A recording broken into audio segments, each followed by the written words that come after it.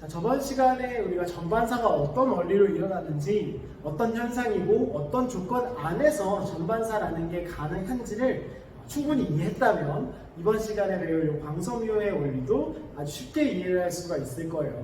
광섬유라는 걸 처음 들어봐야 하는 사람들도 있다면 지금 이 동영상을 볼 수 있는 그 인터넷 연결선, 소위 말하는 랜선 있죠? 그걸 보면 됩니다. 우리가 이제 인터넷이라고 하는 그 신호를 전달할 수 있는, 인터넷이라는 건 우리가 뭐 좀 극단적으로 얘기해서 지구 반대편에 있는 사람과도 거의 즉각적으로 통신할 수 있게 도와주는 게 바로 이 인터넷 기술이잖아요. 그 인터넷 기술이 그렇게 먼 거리에서도 그렇게 실시간으로 정보의 손실 없이 전달이 가능하도록 해준 게 바로 이 광섬유라는 것 덕분입니다. 그래서 우리가 알고 있는 그 랜선은 광통신 기술을 의미를 하는 거고요. 광통신 기술을 사용되는 그 섬유를 우리는 광섬유라고 부르게 됩니다. 그래서 선생님이 간단하게 들고 왔어요. 이따가 영상으로만 보여주려고 그랬는데 요게 바로 광섬유의 샘플이에요. 랜선이 이런 구조로 되어 있다는 건 아니고 그 랜선을 여러분들이 좀 분해해보거나 한 사람, 아니면 뭐 랜선을 조립해본 사람도 있겠지만 약간 TMI로 쌤의 전공이 컴퓨터 교육이었잖아요.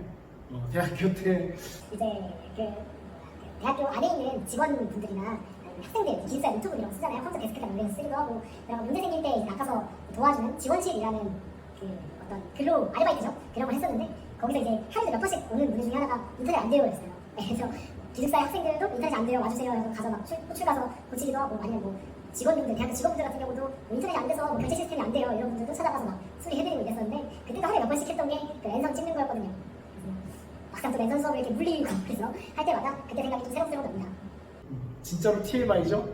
이래서 편집을 하는 거야. 괜히 이래서 그래서 가끔 물어보더라고요. 대체 그 편집하는 가끔 딴소리들은 무슨 소리를 하냐고. 그러니까 이런 굉장히 영양가 없는 소리이기 때문에 자르는 거예요.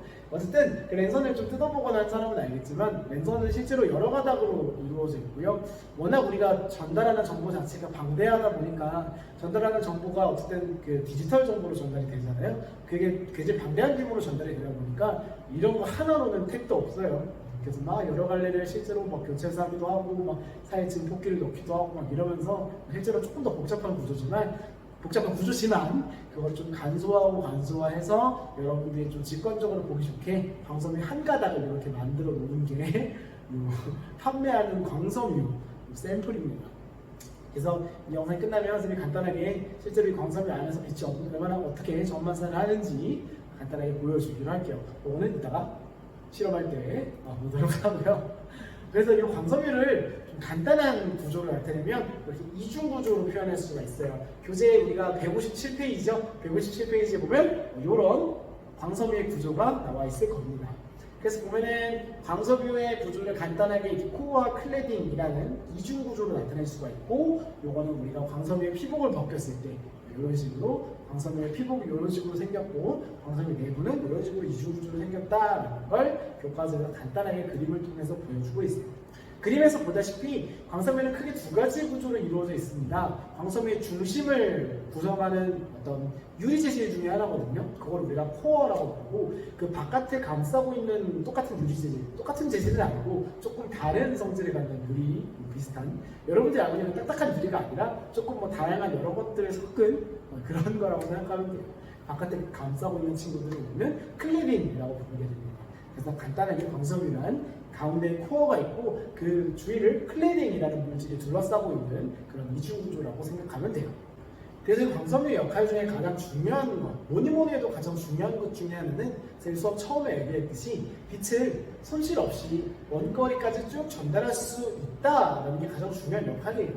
선생님이 앞에서 얘기를 했지만 본래 빛은 다른 매질로 이제 진행하는 매질이 바뀌게 되면 일부는 반사하고 일부는 굴절하는 게 당연하다고 얘기했었죠. 그렇다 보니까 입사하는 빛에 비해서 반사하거나 굴절하는 빛은 입사하는 빛에 비해 손실이 어느 정도 일어날 수밖에 없어요.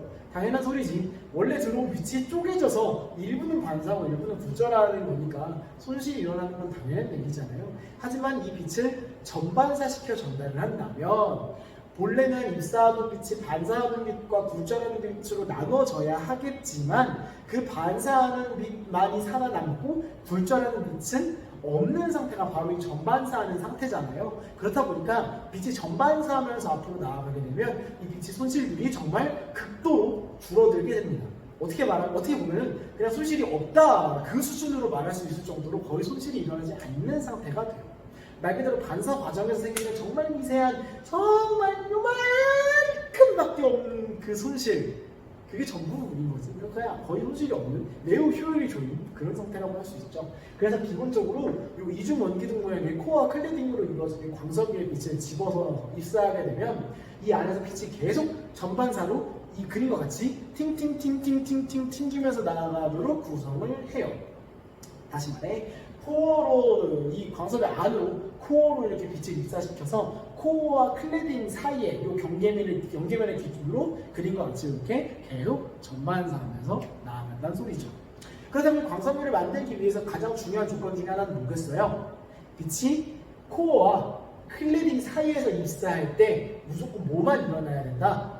전반사만 일어나야 된다. 일단 한번 전반사가 일어나기 시작하면 여러분들 기하를 듣는 사람도 있고 안 듣는 사람도 있을 텐데 어쨌든 이거는 뭐 기본적인 수학 상식이니까 팅팅팅팅 계속 나오는 이 입사학들이 다 같아질 수밖에 없죠. 그렇죠. 이게 막 엇각이라 그러나요? 뭐 그런 것 때문에. 그러니까 계속 한번 전반사가 일어나기 시작하면 계속 팅팅팅팅팅 튕겨져서 전반사만 일어날 거 아니야. 그쵸? 그렇다면 우리가 앞서 배운 전반사의 조건을 그대로 가져와서 이 광석위에도 적용시킬 수가 있겠죠. 그쵸? 코어에서 클레딩으로 입사할 때 전반사가 일어나야 하니까, 자, 전반사가 일어나기 위한 조건 두 가지 지금 말해볼까요? 첫 번째는, 두 번째는 말했을 거라 믿어요. 첫 번째는 일단 입사각이 인계각보다 커야 돼요. 그렇죠. 입사각이 인계각보다 커야 된다. 그리고 인계각이라는 게 존재하기 위해서는 입사각 자체가 굴절각보다는 작아야 하죠. 그래야 입사각을 키워줄 때 굴절각이 먼저 90도에 도달한다고 했지, 그걸 좀 더 물리적인 요소를 집어넣어서 말을 바꾸면 파동의 속력이, 다시 말해 지금 빛이니까 빛의 속력이 이 코어 내부에서의 빛의 속력이 클레딩에서의 빛의 속력보다 어때야 한다? 느려야 한다 라는 거죠. 조금 더 바꿔서 얘기하면 밀한 매직, 코어가 클레딩보다 더 밀해야 하고 클레딩이 코어보다 더 소해야 한다 라고도 말할 수 있고, 앞에서 마지막에 배운 굴절률이라는 개념을 도입하면 코어의 굴절률이 클레딩의 굴절률보다 커야 한다 라고 말할 수 있는 거죠. 어때요? 지금 선생님이 말한 거 머릿속으로 다 떠올리고 있나요? 우리가 배운 모든 이 광학 용어들, 파동의 용어들은 다 하나로 연결되어 있기 때문에 지금 똑같은 조건, 입사각이 굴절각보다 작아야 한다라는 조건을 이 파장으로도 표현할 수 있어야 되고요, 속력으로도 표현할 수 있어야 되고요, 굴절률로도 표현할 수가 있어야 되고요, 소밀소멸로도 표현할 수가 있어야 한다는 거. 만약 지금 조금이라도 머뭇거렸다면 반드시 이 내용을 복습을 하기를 바랍니다. 무슨 말인지 알겠죠? 어떻게 보면 앞에서 얘기한 그 전반사의 사례에서 물이랑 다이아몬드, 유리 막 이런 거에서 그림 살펴봤었잖아요. 그냥 그게 그냥 코어랑 클레딩으로 바뀌었을 뿐이잖아요. 그렇죠? 정리를 하자면 코어를 구성하는 그 유리 물질이 클레딩을 구성하는 유리 물질보다 더 굴절률이 큰 물질이어야, 최소한 그래야 이 안에서 전반사가 일어날 수 있는 가능성이 생긴다라는 거겠죠. 그리고 그 굴절률의 차이가 크면 클수록 어떻게 빛을 집어넣든 간에 전반사가 일어날 확률은 더 높아지는 거겠지. 그렇죠. 그래서 그 조건에 만족하게 되면 빛이 한번 입사한 빛이 외부로 거의 손실이 일어나지 않고 계속 이 안에서 전반사, 반사만이 일어나면서 계속 광석면을 따라서 전달이 되게 돼요. 그래서 157쪽의 그 아래에 있는 그림을 보면 이런 식으로 광석면을 통해서 빛이 이제 수신자로부터 송신자까지 전달되는 과정을 나타내주고 있어요. 우리가 보내고 싶은 신호를 빛신호로 바꿔서 광섬유에 입사를 시키게 되고요. 그 광섬유 안에서 전반사를 통해서 쭉 전달이 돼서 다시 그게 우리가 인식할 수 있는 전기신호 등으로 변환이 돼서 우리가 그 신호를 받아들이게 되는 그 일이 우리 컴퓨터 안에서 지금 이루어지고 있는 거죠. 그렇죠? 그렇다면 왜 우리는 이 전반사 기술을 사용해서 이 신호를 전달하게 되었을까? 일단 첫 번째로는 빛이죠, 빛. 그죠? 빛의 속도 얼마라고? 매질에 따라 조금씩 달라지지만 진공에서 400m를 초당 가잖아요. 그렇죠? 그러니까 지구가 아무리 멀어봐야 반지름 뭐 해봐야 7000km도 안 되잖아요. 그거 뭐 2파이R 해봤자 뭐 해봐 뭐 얼마나 되겠어? 그거 뭐 10만 킬로미터도 안 되잖아요.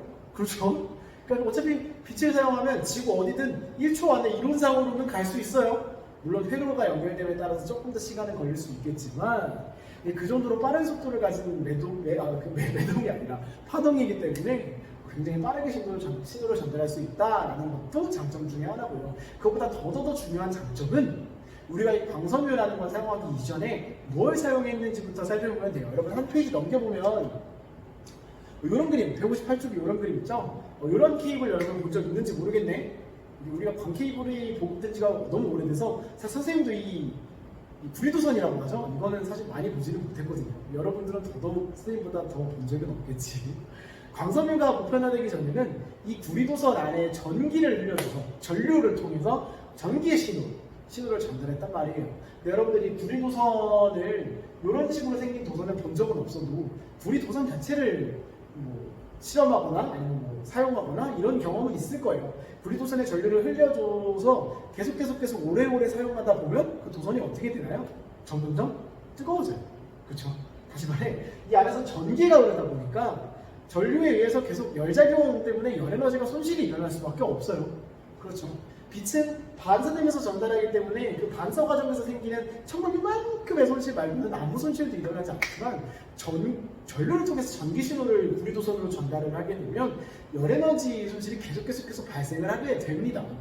그럴 수밖에 없겠죠. 그래서 이 구리도선을 통해서 얘는 그 신호를 전달하게 되면 그 신호의 어떤 손실률이 굉장히 광섬유에 비해서 엄청나게 큽니다. 그래서 광섬유를 처음에 개발했을 때 거의 혁신이었죠. 손실 없이 신호를 정말 멀리까지 순식간에 전달할 수 있다라는 게 얼마나 혁신적인 기술이야. 그렇죠? 근데 광섬유도 손실이 제로인 건 아니고요. 세상에 공짜는 없죠. 여러분들 뭐 물리 많이 배워서 알겠지만 어떤 상황이든 손실은 반드시 일어납니다. 그렇죠? 그게 이 세상의 법칙이에요. 광섬유도 조금씩 신호에 손실이 일어나거나 아니면 광섬유가 심하게 왜곡되거나 이렇게 변형이 되게 되면 이 인계각에 만족을 못해서 전반사가 일어나지 못하는 경우도 생길 수도 있어요. 그래서 우리가 실제로 뭐 교재에도 나와 있지만 뭐 바다 대해 한가운데라든지 아니면 뭐 지금 중간에 어느 지점에 증폭기를 하나를 달아줘서 손실된 신호를 다시 증폭을 해서 전달할 수 있는 기기들이 지구의 곳곳에 설치가 되어 있다고 합니다.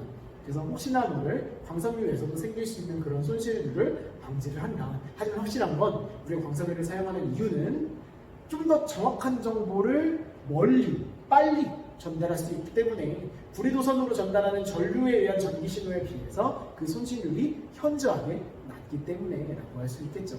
또한 전기 신호를 사용하지 않고 빛 신호를 사용하면서 이 안에서 전반사하면서 진행을 하기 때문에 전기 신호는 이제 어디까지나 전류기 때문에 외부의 자기장이나 외부의 전기장의 영향을 안 받을래 안 받을 수가 없어요. 근데 빛 같은 경우는 그런 거에 영향을 상대적으로 거의 받지 않죠.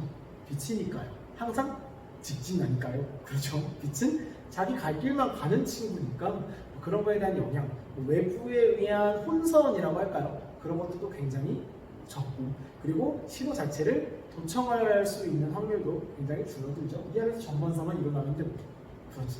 그래서 뭐 여러 가지 장점도 있는 반면에 그 아까 선생님 보여줬지만 광섬유 자체가 굉장히 잘 휘고 잘 변형이 돼요. 그러니까 되게 말랑말랑한 소재, 약간 말랑말랑이 맞는 표현인지 모르겠지만 어쨌든 그런 소재란 말이에요. 쉽게 변형이 되고 쉽게 끊어질 수 있고 조금만 열을 가해줘도 광섬유 자체가 녹아버리는 그런 일이 생겨버려요. 여러 가지 기후 환경으로 여러 가지 온도 변화가 생기고 여러 가지 환경 변화가 생기는 이 지구라고 하는 환경에서 광섬유를 사용하는 광통신 케이블 자체가 손실될 수 있는 위험은 언제나 존재한다라는 건 단점 중에 하나겠지. 근데 그 앞에 이 단점이 뭐 해봐야 얼마나 되겠어요. 이 앞에 모든 엄청난 장점들을 포기할 만큼 단점이 크지는 않으니까 우리가 지금 이 시대, 인터넷 시대, 대인터넷 시대에서 이렇게 좀 신속하게 정보를 전달할 수 있는 광섬유가 대중화가 된 것이겠죠. 그렇죠.